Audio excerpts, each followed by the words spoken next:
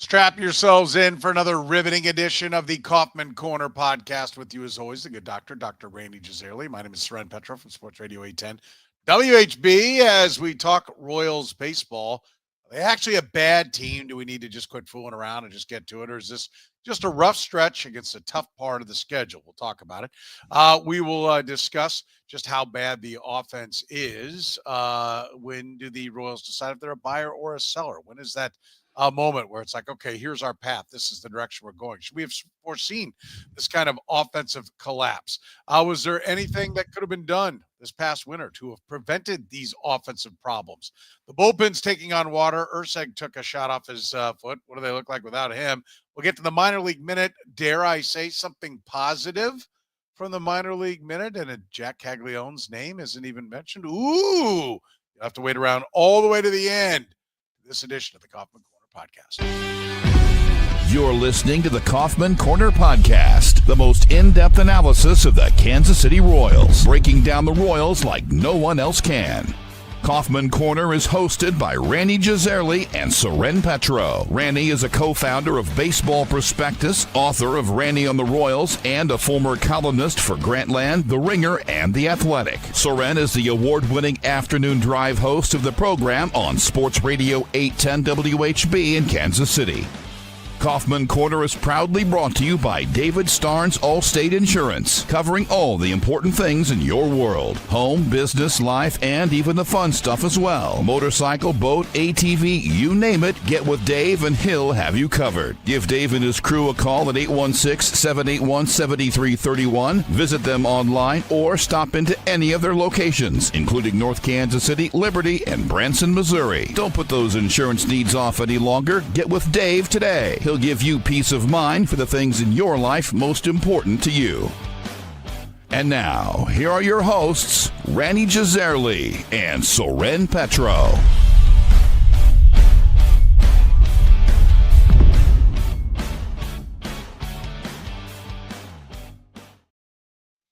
All right, thank you very much, Curtis. We do appreciate it. And wow, this road trip sucked.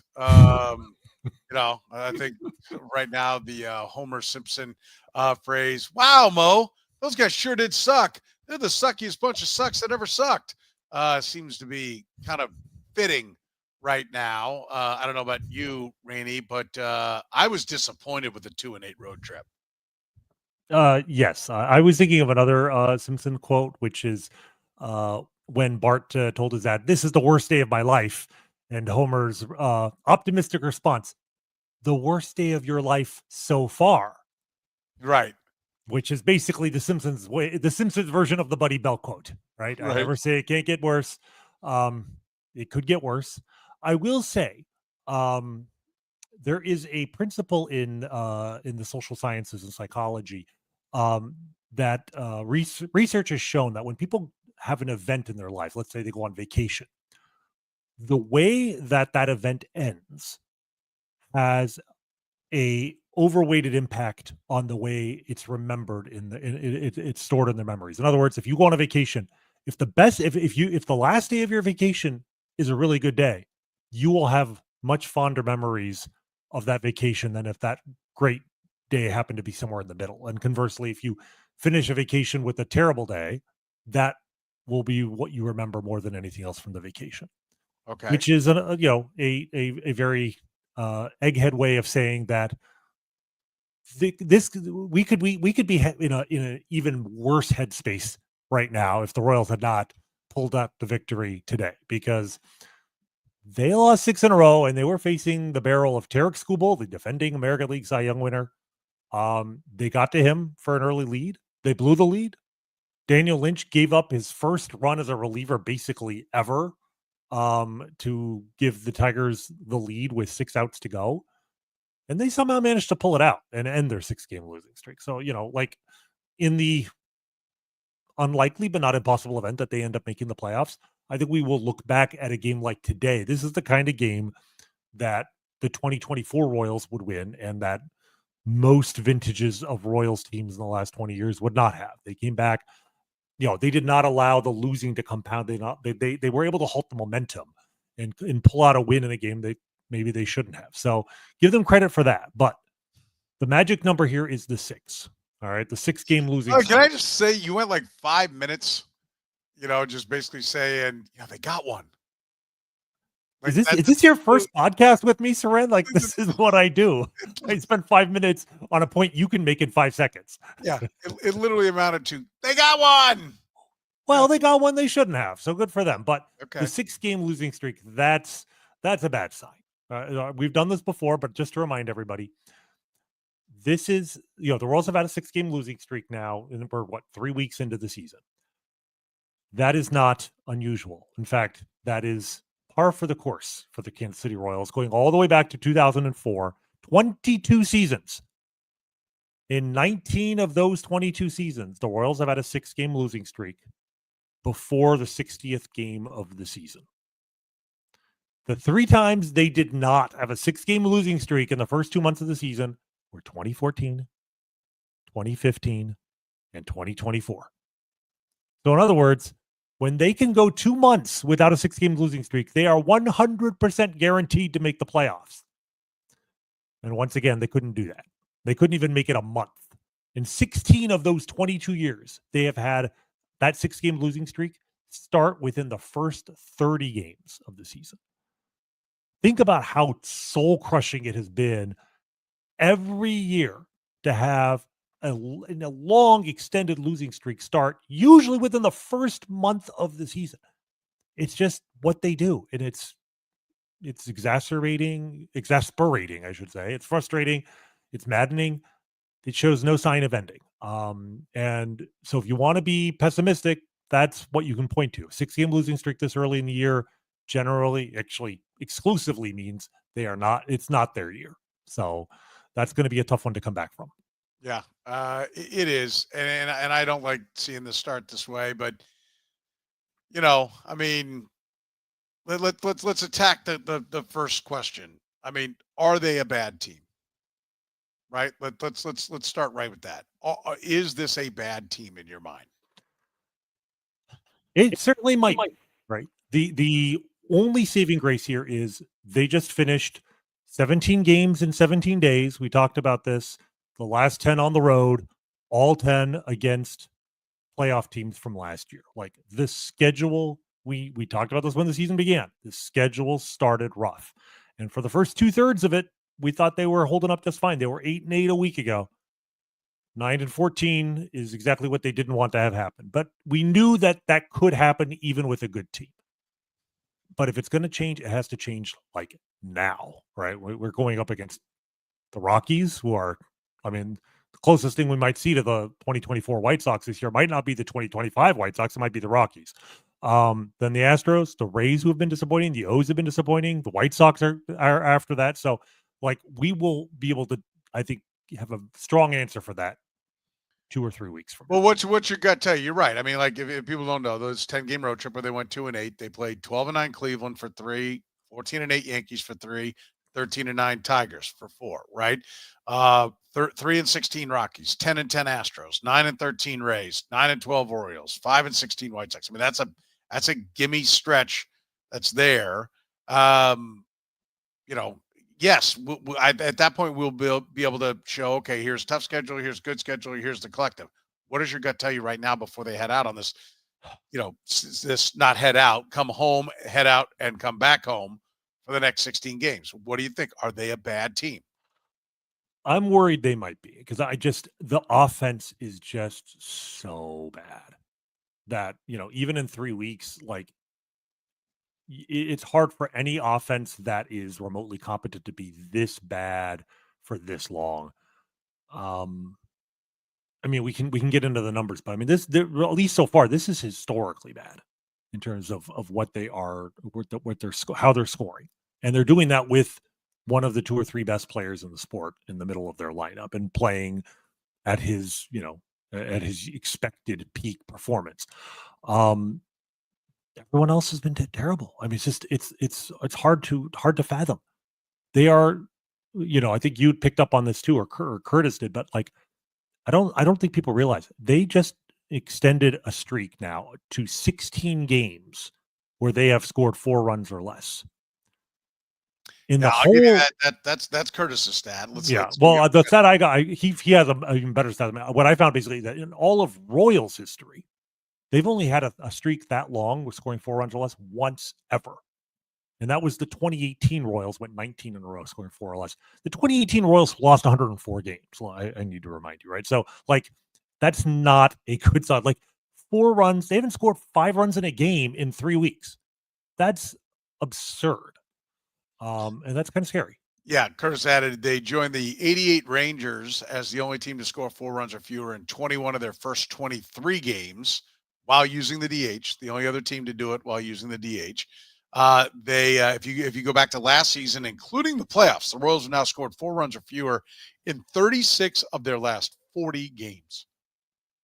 I mean, so that last one there, to go back to, see our first question. Is this a bad team? Right. Well, I mean, it's a continuation of what was happening at the end of last year. And is it as simple as Vinny Pasquantino got hurt and is not healthy and is not right in this lineup? I mean, because it fell off a cliff, right? They kind of righted it a little bit with the deadline, or with the waiver wire additions. But like you can kind of trace this all the way back to like he was hitting, they were good. He got hurt. Hasn't hit since, and they're not good, right? Is it as simple as that Vinny Pasquantino has to get going or Vinny Pasquantino has to get healthy, and then maybe this lineup can look like what it did? Is it that when he's healthy, Salvador Perez gets more pitches to hit, Bobby Witt gets more pitches to hit, he's on base in front of Salvi, like it all clicks when Vinny's hitting and he's the true linchpin, and that because that was the thing that was interesting to me was, okay, I know they suck right now.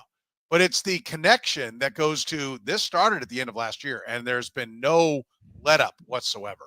Even when they were winning in the postseason, they were doing it with low-scoring games. Now you play high-end pitchers, so I don't put a ton of stock into that. Most playoff games end up being lower-scoring games, so I'm good with that. But it is kind of scary.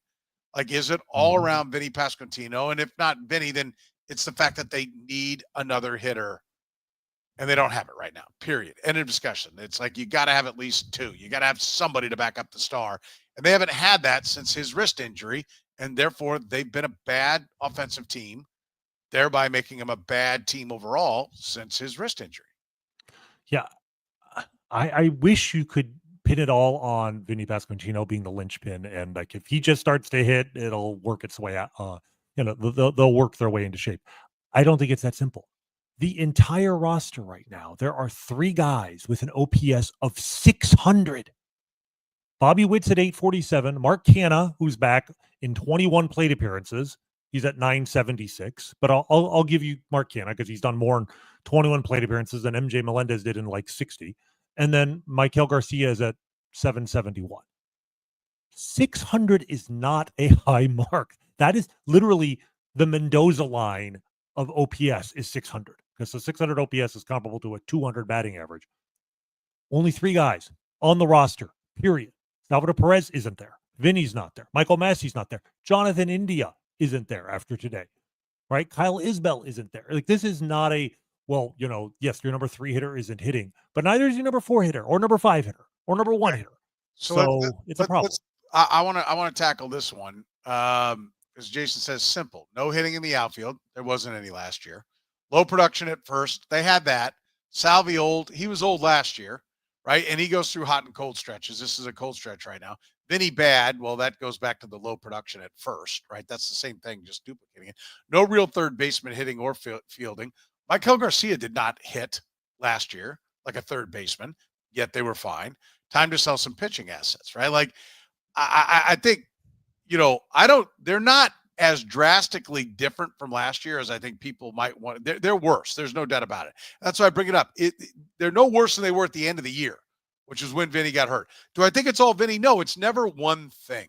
Okay. We've preached that for years. I preached it for more than 2 decades in this town. You want it to be one thing. It's not. It never is. It's always a lot of things. It might be the biggest thing though. And if you don't want it to be Vinny, it's like, okay, somewhere between Salvi and Vinny, they always seemingly had another hitter behind Bobby. And now neither one of them are hitting, whether it's because Vinny's just tried to change his swing or he's hurt or what have you. Salvi's getting old. All those things. I'm not arguing with Jason. All those things are true. I just don't know how different they are from last year. And last year, the results are very different. What it could be, and I talked about this with Danny Klingscale on Friday on my radio show, the program, they were incredible hitting with runners in scoring position. Like ridiculous. Like we knew it was going to come back to the pack. The hope was what they also was god awful in the leadoff. And what the hope was that, yes, we know there's going to be a regression back to the mean on the hitting with runners in scoring position. All analytics say that there's nothing to that. Nobody's just like, oh, now I'm really going to try, and they go get it done. Right? That was a fluke. It was a mathematical anomaly. The hope was by getting Jonathan India, they were also the worst leadoff hitting team in baseball. Right. And that by becoming one of the better leadoff hitting teams in baseball, that would at least balance it out. And you would again be about the 13th best run scoring team in baseball. That was the hope, right? And I think it was realistic to see that. It's all like the bad is worse, right? That's the part that jumps at me. The bad is worse. Isn't that it? Or are we we're so mired in they're going up against tough teams. And if they come through this 16 and go what? Oh, I mean, if they go, dare I say, 10-6, right? If they go 10-6, they'll be a game under 500. That's I'm certainly not writing off the season yet. Like, they could easily go 11-5. I mean, the 7 games I think against the Rockies and White Sox. That's tasty right there. Yeah, those games alone, they go 6-1. They're at 500, right? And that's why winning today instead of losing, they're 5 games under instead of 7 games under. That's meaningful at this time of the year. And yeah, we put too much weight into a one performance in April, but what choice do we have? But 9-14, they are not out of it yet. They're not buried. You make a very good point, which is like what's happened this year is not that what we thought would be their strengths have been a weakness. Like, to their credit, the pitching remains healthy. Like the number one thing here, the starting pitchers have stayed healthy, just like they stayed healthy last year. I mean, this is the quiet secret weapon that this team has had, is that the pitching staff, they've been, they're very fortunate. Lucas Erceg injury looks to be just a day-to-day thing and not like a broken bone. Hunter Harvey, they need to get him back, but, we expect him back at some point in the first half of the season.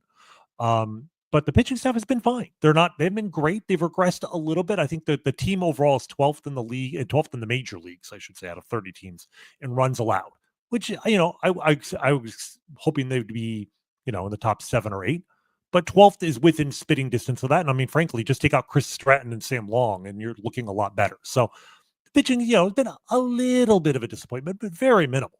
So the point is that the problem hasn't been that the stuff that, the strengths we thought they could rely on have betrayed them. And that's a good thing. I'd much rather they be in this position. What we thought, which is kind of incredible, we thought, well, they can't possibly be as bad in the corner outfield as they were last year. They can't possibly be as bad in the leadoff spot as they were last year. Like, we expected regression to be their friend, essentially, right? When you're really bad one year in a certain department, even if you do nothing, there's a chance that you'll be better just because you weren't really as bad as the numbers made you look like you were. And what's been incredible this year is that they have been, like you said, they have been worse in the corner outfields. They haven't been worse necessarily leadoff, but Jonathan India right now is a 311 OBP, which is fine. It's not as good as we'd like. It's better than last year, but with no power. Like, he has not been an improvement to this point. So that's frustrating. That's aggravating. But their strengths remain their strengths. It's fine if it's his cold stretch. Right. Exactly. I'm not writing him off either. I think you will be fine. And their strengths are still things they can lean on. Like, they're still have a competent starting pitcher every time out. And as we saw last year, it's really hard to overstate how just psychologically nice it is to know every time you go out there that your starter matches up with you. You're not conceding a game before it starts because you're starting some guy up from the minor leagues who has no business being there. Yeah. No, I think that's a great point. It's it's early. We're going to get into it. I know a lot of people are jumping ahead to some of the topics. We're going to get to them here in a second and discuss, when it is time to buy and sell. First of all, though, let me tell you about our friends at David Starnes Allstate Insurance. David Starnes Allstate Insurance, serving the Kansas City area and all throughout the Midwest. With David Starnes Allstate, it's not just about fender benders. Beyond traditional safeguards, enjoy perks like roadside assistance for unexpected breakdowns, transportation expense coverage when your car is in the shop, auto replacement protection to keep you on the road in style, and much more. You can give Dave and his crew a call at 816-781-7331. Visit them online or stop into any of their locations, including North Kansas City, Liberty, and Branson, Missouri. David Starnes, Allstate Insurance. Northland Injury Law, Kansas City's Google 5-star rated personal injury lawyers, serving KC for more than 40 years, voted Kansas City's #1 accident lawyers, helping people with serious injuries from car accidents, work accidents, falls, and other personal injuries. Northland Injury Law doesn't get paid unless they get money for their client. Don't wait, get compensated now. If you have a case, text HURT to 22222. That's HURT to 22222, or call 816-400-HURT. That's 816-400-4878. The choice of a lawyer is an important one and should not be based solely upon advertisements. All right, let's talk about this. I'm going to flip-flop what was coming next. Should we have foreseen this offensive collapse coming? Let's go there. That's more in job. We'll get to when you buy and sell here in a second. But should we have foreseen this offensive collapse? Yeah, no, I'm glad you flip-flop, because this is, I think, what we need to talk about here. Because as easy as it would be for you and me to be here and say, we told you so, and on some level, we did tell you so. Like, we knew that the corner outfield would be a problem, and it's still a problem. They didn't fix it, and it showed up. At the same time, I think it's a little reductive to say if they had only gone out and brought in another bat, all these problems could have been prevented. Because when you look at all the guys that were out there in free agency, some of whom you and I wanted to bring in, it's hard to look at most of them and be like, yeah, that guy would have solved the problem. Like, you and I both liked. I mean, I personally like Jerks and Profar, which would have been a disaster for other reasons. But you and I both liked Cody Bellinger a lot, and Cody Bellinger's playing every day for the Yankees. He has not been a solution. He has not played well this year. I think he will come around. I don't think he would have, being in this lineup would have made it a lot more expensive. I don't think he would have made him substantially better to this point in the season. Someone like, I don't know, Jock Peterson, who, we would have been thrilled if they had signed him and signed I think 2 years, $37 million with the Rangers. He's been worse than MJ Melendez, which I didn't know was possible. Mm-hmm. Coming in today, I believe, whatever his numbers look like a misprint, 3 for 55. 055 batting and 073 slug. I mean, a -32 OPS plus. Like, we could very easily have him in the lineup instead of MJ, be $20 million higher payroll, and be in the exact same spot, except he doesn't have an option to send him to AAA. So, like, there were a lot of ways the Royals could have spent money. The one guy that I would have liked, that we talked about a lot, that I think would have helped, is Michael Conforto, who isn't lighting things up in LA, but is getting on base. He's got like a 330 OBP. Probably would have helped, but I don't think he single-handedly would have made this lineup. I mean, Anthony Santander was the apple of everybody's eye. His OPS right now, 627. Yeah, I mean, exactly. It's like, he's 217, 290 with 2 home runs. I mean, like, you can go up and down. You mentioned Profar being suspended. You mentioned Jock Peterson. Who else? I think there's Tyler O'Neill has a 762 OPS. He has 2 home runs. I mean, he's part of a platoon. He's had 2 home runs, 3 doubles. He's 246, 323, 439. That alone is not solving it for the Royals, right? And the cost on Tyler O'Neill, 3 for $50 million, basically, right? Like, is that, and how much does that handcuff you on other things you want to do? Does that mean that who don't you have on this roster that you have instead? So what are you giving up? Carlos Estevez, where are they at? Because right now the bullpen looks kind of thin. Without Carlos Estevez, and you put Tyler O'Neill on this team, is this team better? I don't think so, right? Like, there does not appear to have been a magic bullet this past offseason. There does not appear to be a guy that, was the one that got away. There just doesn't. And so from a standpoint, I mean, like, again, the question, like that you're kind of jumping to on this one is like, was there something else they could have done? I don't see what it is.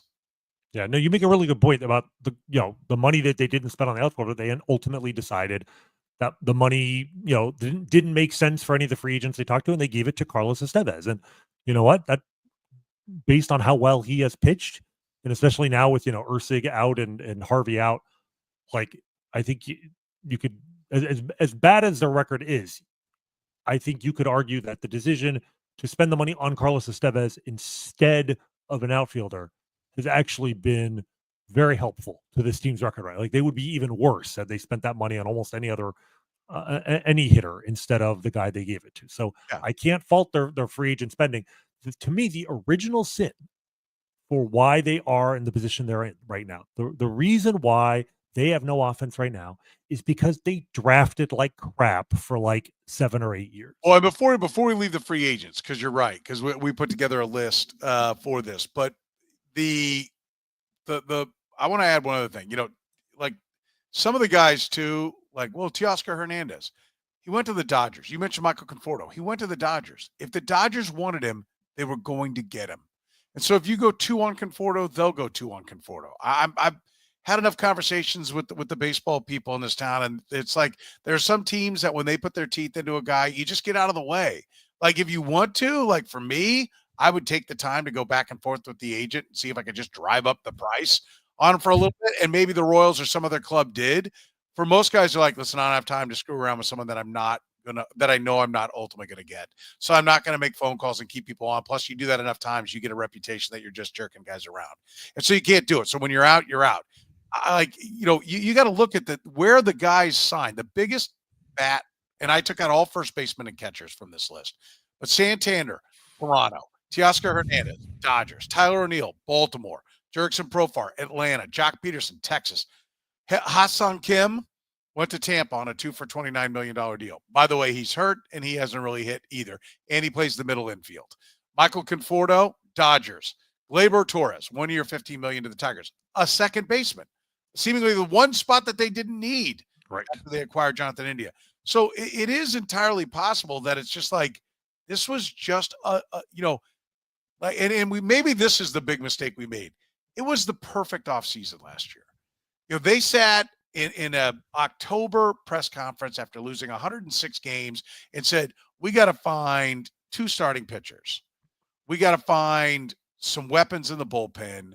We got to find an outfielder, and we got to find some bench players. And then they went out and got everything, and they did it for like $100,000 more than what the general manager told the owner it would cost. That doesn't happen every year. Like they were even smiling and laughing about how much they nailed it on what the total price would be. Like they never thought they thought I know that they thought that they would miss on 1 or 2 of those guys. So when you have that kind of miracle off season, you're not going to duplicate it. And like what they got was the yang to the yin. Like it all lined up for him the year before. There was no way it was going to all line up for him again this year. And by the way, I do want to underscore again on Santander, they were in it at like 3 for 60 plus for him. It was year 4 and 5 that Toronto was like, we'll throw money away at the end to get him right now.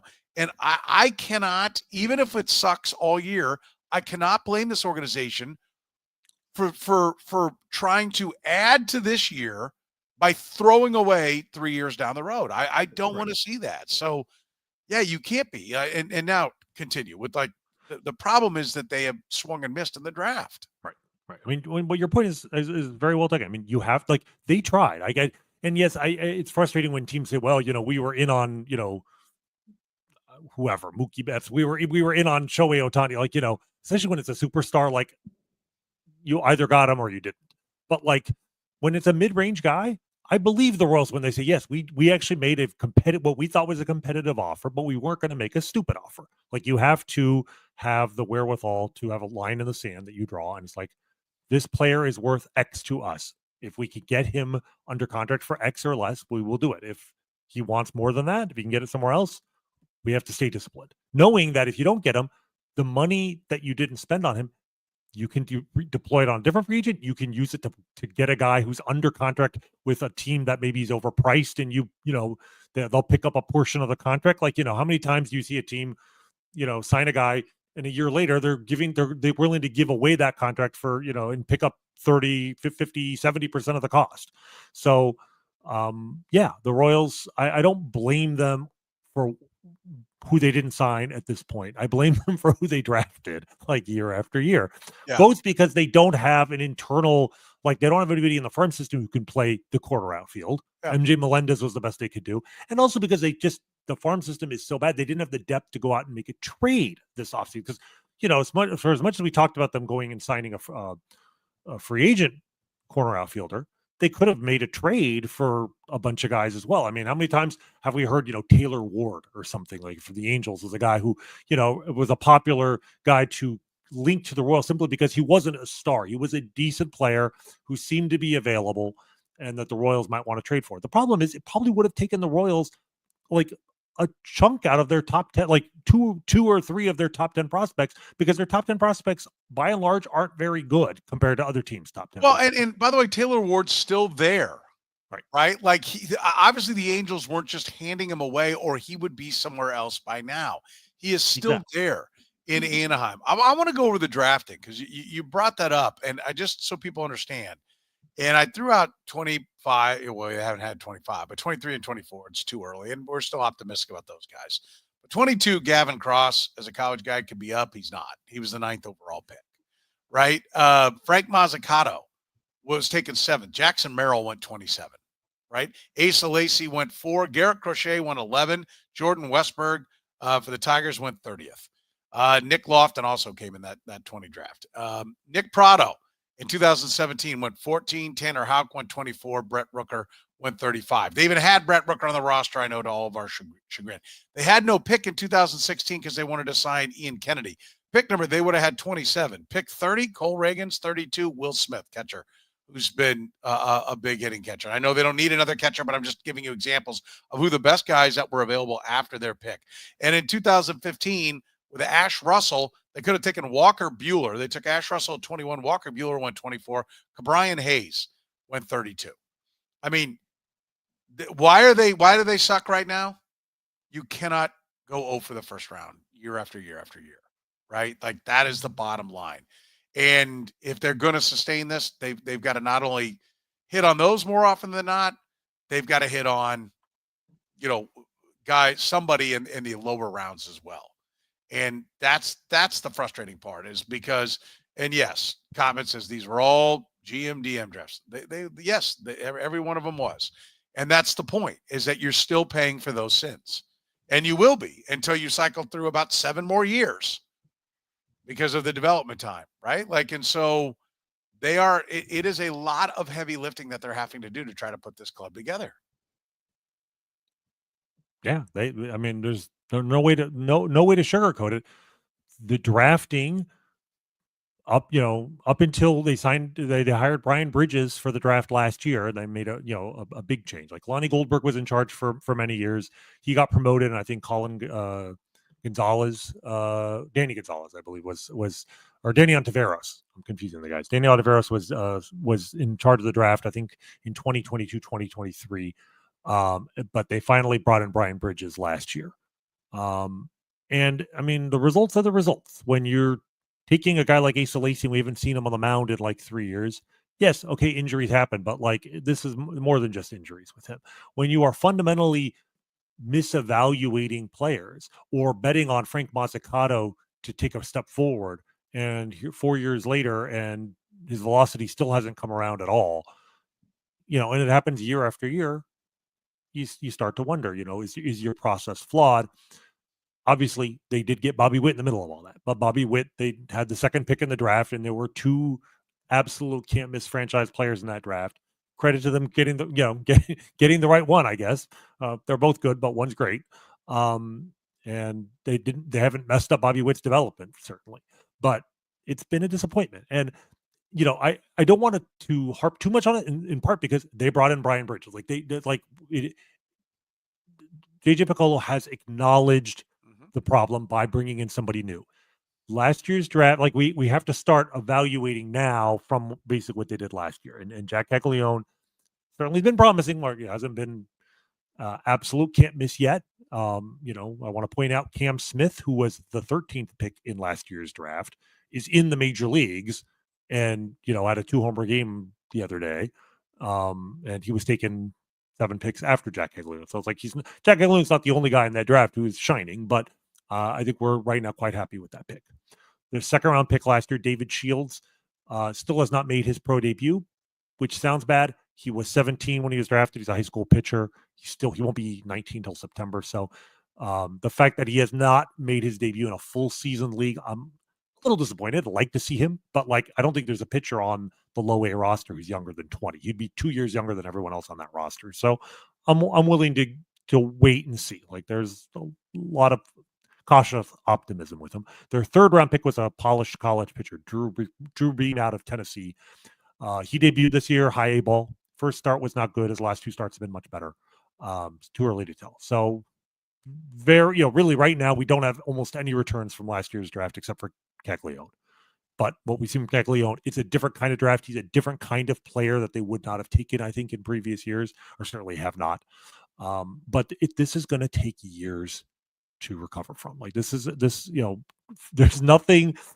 One of the things about baseball that makes it so different from other sports is rebuilding through the farm system. It takes years. Now, we haven't even talked about the Latin American side. If anything, I would say, because the reason why their farm system was one of the worst in baseball a year or two ago was not just their drafting. It was that Latin America had completely dried up for them. They had made some changes a couple years ago, and I think that has already started to bear fruit. The problem there is you're signing guys who are literally 16 years old. So even if you're signing the right guys, it takes 2 or 3 years for those guys to even show up in, on American soil, let alone in the major league, even in low A ball. I want to give a shout out to if you look at this year's minor league results, which have only been 2 or 3 weeks, hasn't been a lot of great performances yet, but one guy I think I want to shout out, we've mentioned on this podcast before, Asbel Gonzalez, who caught our eye because Fangraphs ranked him as a top 10 prospect in the system 2 years ago when he was a 17-year-old down in the Dominican. But they really loved his swing, his speed. He basically had a classic leadoff hitter center field profile at the age of 17. He's now 19. He's in low A ball. It's only been 14 games, but he's hitting 400. 7 walks and 4 strikeouts. So what impresses me there, the 400 average is not real, but the 4 strikeouts means he has made excellent contact. And in 14 games, he has 20 stolen bases. Again, he's 19 years old, so he could be almost anything. He literally does not have an extra base hit. All 22 hits are singles. But that's the kind of guy they were starting to sign 2 years ago out of Latin America. And he's 19 in a low A ball. But he's young enough and talented enough. Maybe in 2 years, he'll be a top 100 prospect. So they started to make some changes there. They made the change at the major league draft level with Brian Bridges last year. So I'm hopeful 2 years from now that their farm system will be in really good shape. But that's still 2 years away. And right now, the farm system is still not great. So they still don't have a lot of options to help the major league team this year. I mean, it's one of the things that made last year even more miraculous than I think it looks on paper, going from 56 wins to 86 wins, is that they did it with a terrible farm system. And that's, all the credit in the world to them. But that maybe if there's a reason why we should have been a little less optimistic this year, it's that the farm system still wasn't great. And at some point you are going to have to dip into it, whether it's for talent or for trade chips. And right now they're kind of stuck because they can't really do much of either. Yeah, no doubt about it. If you are stuck when it comes to your insurance, do what I do. Call David Starnes Allstate Insurance. David Starnes Allstate Insurance. Elevate your coverage, elevate your confidence, and drive worry-free. Covering all the important things in your world. Home, business, life, and even the fun stuff, as well as your motorcycle, boat, ATV, and you name it. Get with Dave, and he'll get you covered. You can give Dave and his crew a call at 816-781-7331. Visit them online or stop into any of their locations, North Kansas City, Liberty, and Branson, Missouri. Don't put those insurance needs off any longer. Get with Dave today. He'll give you peace of mind for the things in your life most important to you. David Starnes, Allstate Insurance. Gann Asphalt and Concrete, proudly serving the greater Kansas City area. Nationally recognized full-service paving and pavement maintenance contractor. Locally owned and making parking lot problems disappear in Kansas City since 1994. Let Gann educate you about the most cost-effective way to solve your parking lot problems. With free consultations, no commissions, in-house crews, and every project comes with a written warranty, Gann Asphalt keeps your parking lot safer and helps you and your business avoid unnecessary delays and costly expenses. Find Gann online at GannAsphalt.com or call 816-484-3338. Gann Asphalt and Concrete. One contractor, all things parking lot. All right, let's start talking about when it's time to determine your path, buy or sell. I mean, is it at the end of these 16 games that the schedule lightens up? Okay, you evaluate right there. At that point, the club will be how many games into it at that point? It'll be 39, I think. 39. Yeah. So that's the magic 40 game mark, right? Close enough. You're coming up. I think it's like 54-ish is where Memorial Day is. That's the other one that people will use as a time on the calendar to take the temperature on. I mean, are you good enough? You think you'll be able to decide at the end of these 16 games? I mean, certainly at the 40 game mark, that's when you sort of decide which mode you're in, buyer or seller, and then you start to put feelers out. Like, I don't think you're going to see trades at the 40 game mark. Those are rare. And I don't think the Royals, but you're at the point there where if you've decided at that point that you're still in the race, if the Royals come out of that 39 game stretch and they're 19-20, right, then they're not selling at that point, nor should they. And let's say they still have an absolute scar in right field, and Taylor Ward, like you said, or somebody of that caliber is available. Maybe you make a trade early, but it's hard to make a fair trade that early because teams are still, there's very few teams that are sellers at that point. Very few teams have committed to, we are willing to give up on this season right now. There might be 4 teams in all of baseball in the middle of May who are willing to sell. So you start planting the seeds of trades one way or the other, but you're probably not making any moves till June. But I think the 40 game mark is an excellent time to make decisions internally about which path we want, we want to go. And then assuming that things don't change radically between mid-May and early June, then at that point, I think, I've never been a big fan of teams waiting till July, the end of July, to try and improve their clubs when you can make a trade 6 weeks earlier and, get that player for almost twice as many games during the regular season. And I think, teams are a little more flexible now about that than maybe they used to be. And obviously, worked the other way with the Royals, phenomenal fashion with the Aroldis Chapman trade at the end of June instead of the end of July. So I think you can start moving players in June, but the seeds will start being planted in mid-May. Do you see any scenario where you go, this is a championship caliber club, or this is a club that can win an ALCS? Like, do you, the reason I bring that up is because what I think is probably going to happen in the 16 games is they're going to go like 9-7, right? At best they're going to go 10-6, but I think they're going to be in that if you want to believe, you can hang your hat on it, be like, well, so-and-so's just starting to get going and so-and-so's back, and you can lie to yourself. I mean, I do think it's important for them to be, and we've seen teams do it, and like the Brewers did it. And I think you can look back and it doesn't look like, I think, what they got for when they moved Hader, and everybody lost their mind. And they don't have a whole lot to show for it. Like it didn't end up being this, great windfall, but Hader hadn't been that great. Really. He's been kind of up and down since, Devin Williams hadn't been anything for the Yankees. They've done a good job of like, hey, we're in it, but we'll move a guy. We're going to be early rather than late. And I'm curious. I wonder if this ownership at this time with the stadium issue out there in this front office, who certainly has gained a lot of street cred over the last year by getting to the playoffs, but still it's not going to take long for losing to be lumped right back in with he was here for all of it. Yeah. I mean, I've talked sports about in this town for a long time, and I know how fast it'll turn on JJ Piccolo. I mean, about as fast as it turned in his favor, it'll turn right back against him if it's not going well. Could you actually make that move? Because I'm a big believer, and listen, I don't think being a fantasy sports player is anything like being a real team, but I think one thing you can learn is like when to give up. And I think there are a lot of years you can look at your team and be like, it's not going to happen. And the sooner you give up on it, the faster you can get to like making things happen. And so I do think it's critical that they make the right decision as quickly as possible. The right decision is the most important part. Second most important part is to do it as quickly as possible to set you on your way doing what you need to do to improve your club for the future. And so if you decide you're going to buy, then buy now, to your point. Let's get more games of whatever it is you need. But if you decide to sell, let's let everybody know you're selling and let's get out there and let's start working the phones, right? And I don't want to hear, as one of the things that used to drive me crazy about Dayton Moore is like, oh, we really haven't had any calls. Well, your phone dials out too. Engineer a trade. Right. We'll be like, listen, you're in it. You got this guy in AA. I know you like him. I like him a lot too. Let's talk about what it would take to make it happen. I'm thinking this and this. Well, I don't like that. Okay, what about this and this?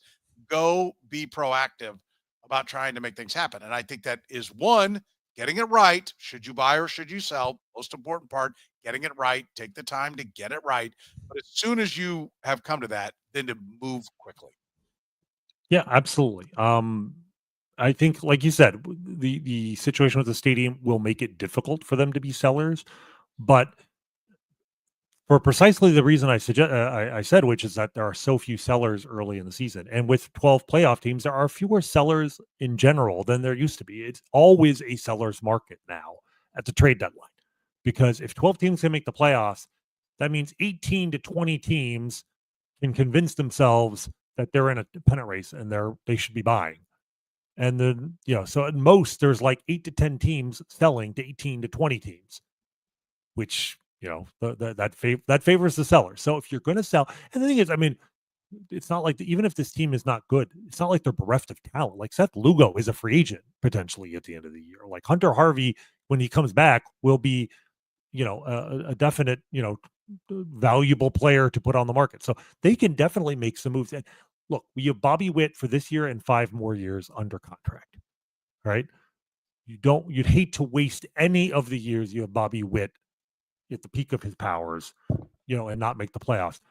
But if it's not going to happen this year, the last thing you want to do is waste next year or the year after because you weren't proactive in trying to bring in talent because you foolishly refused to give up on a season that's lost.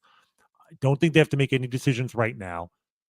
But in 3 weeks, if they're, if they go 9-7 is like 17 and 21 overall, yeah, I don't think you can sell at that point. If you're 14 and 25, you're going to have some hard conversations with ownership, but you're going to have those conversations because it may be in the team's best interests to get a jump on the market and move what will be quite a bit of talent that you could package and ensure that this farm system is no longer a massive weakness, and that you're ready to go in 2026 and in better position than you were to start this year. Yeah, I think a couple of things there. One, Seth Lugo has a limited no trade, right? I don't know what all's on it, but he has a limited no trade. And that's the kind of thing I wonder, like, do you go to him and say, look, are you in or not? Like, we want to execute that. We want to lock this in now. Are you with us? Are you believing in us? Because if you're not, if it's like, well, I want to see and get to the end, well, then we're going to see what we can get for you. Right. Because he has an option. He's a player option for next year. So, if he wants to exercise it, okay, well. Yeah, it's on. So you want to know where he's at. Like, are you planning on exercising it? Do you believe in where we're going? Well, I want to see. Okay, well, you might be seeing for somebody else, right? Like, and just be honest. And then you put him out there. And I think the other thing, that's, Seth Lugo, you mentioned Hunter Harvey. Can you buy and sell at the same time? I think you can, right? I think that's what the Brewers have done. The Brewers have sold on the pieces. That's why, like, if Lugo's like, well, I'm not sure. I want to see where you're at. I want to see who you get. Okay, then he's for sale, right? Like, are you selling Jack Caglione? No. Are you selling Bobby Witt? No. But do you have confidence that you've got other pitching? Do you have confidence that you can find other pitching? That would help. Noah Cameron is looking pretty good. So you feel like, okay, we like this kid a lot. We think he can be there. Alec Marsh is still to come back. Wright is still to come back. You've got, if those are, you got to listen to your medical people. Do you feel good about where it is? Okay, so maybe you've got the depth of pitching. Pitching is always in demand. And so you can sell.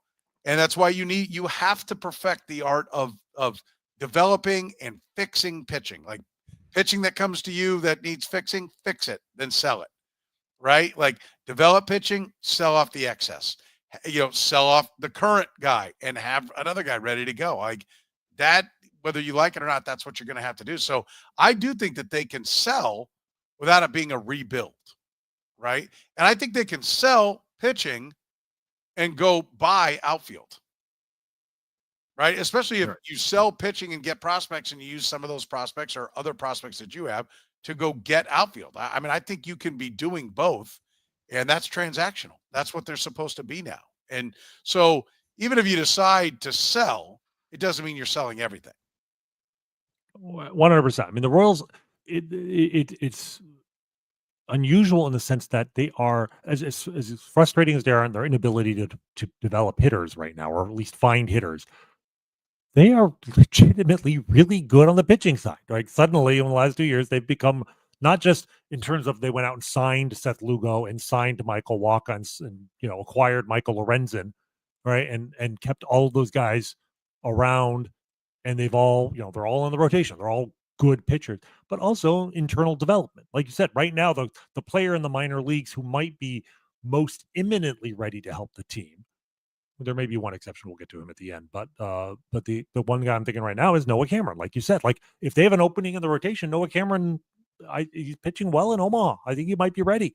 And Alec Marsh might be back soon. Exactly. So the Royals are in a position where they could sell pitching, but that without necessarily hurting their on-field performance all that much this year. And I mean, ideally, the solution there is you sell pitching for hitting, or like. You replicate the Brady Singer for Jonathan India trade, but that would require another team in season to want to sell a hitter and get a pitcher. Like that would be weird to find another team in the exact same position as the Royals. So you're more likely you could potentially trade pitchers for prospects for future talent, and then that allows you to trade either that same future talent or your own internal minor leaguers that you were reluctant to part with before because your farm system was already weak, but be willing to package some of your prospects to bring in a hitter. So yes, it requires creativity. I will also say when we talk about how the Brewers have done it with like Josh Hader, Devin Williams, you mentioned, like those are all relievers, and that's not coincidental, right? Because relievers are so fungible that anytime you can trade a reliever for future, talent, you have the opportunity to do that without really hurting your team necessarily, because you could just plug in another reliever.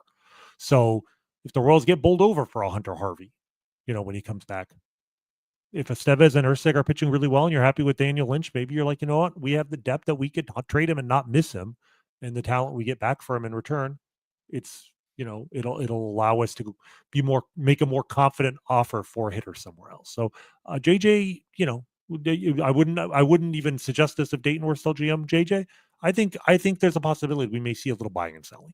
Yeah, I think it's possible as well. We saw Erceg go down. If he's out for any appreciable time, I mean, this is going to help you make your decision, right? Like if that ends up being like, oh, nope, we x-rayed it again and the swelling went down and there's a fracture, he's going to be out for a while. Like, is there life after Erceg if he's down for any serious amount of time? It's especially with Harvey out, it's going to be tough. I will use this opportunity to shout out Matt Quatraro, who I think deserves a ton of credit for what happened today. I mean, hey, we've talked about this before. The Royals under his leadership have been, impressively resilient in many situations, and I think today is another good example of that. 6-game losing streak, facing the other teams, the best pitcher maybe in the league, and being down late, but also the way he handled the bullpen without Erceg today, I think was textbook. Right? He brought in Daniel Lynch when at the first sign of trouble. He finally kind of realized that it's time to move away from Angel Serpa in the 6th inning and go to Lynch. Lynch got him out of the 6th. Got into trouble in the 7th. Some shoddy defense didn't help. He went to John Schreiber, who's always an adventure, but is the man you want with a man on first base because he gets ground balls. And with the bases loaded and one out, he got a ground ball double play to stop the bleeding. And then he went to Carlos Estevez in the 9th and 10th. Like without Erceg, he was able to get 2 innings from Estevez in a perfect situation. And tie game in the 9th and then a lead in the 10th thanks to the zombie runner. And Estevez, he didn't go to the Royals earlier this year lost 2 games with Sam Long on the mound in extra innings in like the 11th inning because they'd run out of relievers. There's nothing more high leverage than I used to think nothing more high leverage than a 1-run lead in extra innings, but now it's not a 1-run lead. It's a 1-run lead with a man on second base to start the inning. And he was able to navigate a game that was 1 run, from the 7th inning on without Erceg. So credit to Couture where credit's due, but they can't afford to be without Erceg for very long. And they've now gone back-to-back with Estevez, 10 pitches, 24 pitches today, 34 pitches, but he does it going into an off day. Exactly. So he'll get an off day, and we'll see it. Hopefully we're going to hear that Erceg's okay. Everything's fine along those lines, because if they do turn back around, Estevez hadn't pitched for a little bit for the last couple of days because they weren't coming into, save situations or winning situations. So there's been a fair amount of rest. You think he'd be back? I don't know that he's going to be back, ready to go back to back if they need him, but it will be interesting to watch how he manages the bullpen, because I do think he's been very good as well. I agree with you, but I don't want to see how far they can go without Erceg for very long. Let's finish with our minor league minute, Rany. I will give you, we were both looking at the same guy. I will give you the honors. So it is one of your faves. It is, and with one of the more, I think, quietly shocking stats of the season, which I know you figured this out, but let's see if anybody in the comment section can figure this out. Do you all know who leads professional baseball? What hitter, I should point out, leads all of professional baseball in walks this year? Do I need to do the Jeopardy music here? No. I think no. If I'm asking this question, it can only mean one thing. He plays for the Kansas City Royals. And if he plays for the Kansas City Royals, that in itself is shocking. So we got a Garcia. Nope. First guess. Wow. Nobody's getting Perdomo. Carter Jensen. Carter Jensen's an excellent guess. Carter Jensen is not the answer. But wrong. Jonathan India, not the answer. Nope. Kid Dynamite's like a dodgeball kid. I think the music's done. No, everybody. Melendez, Cam. There you go, Cam. No. Yes, MJ Melendez. There you go. No. What did it take? 45 seconds for somebody to be a smart ass? There you go. But more than 45 seconds for somebody to get the right answer. The correct answer, with 24 walks and a 5.11 OBP, Nick Lofton.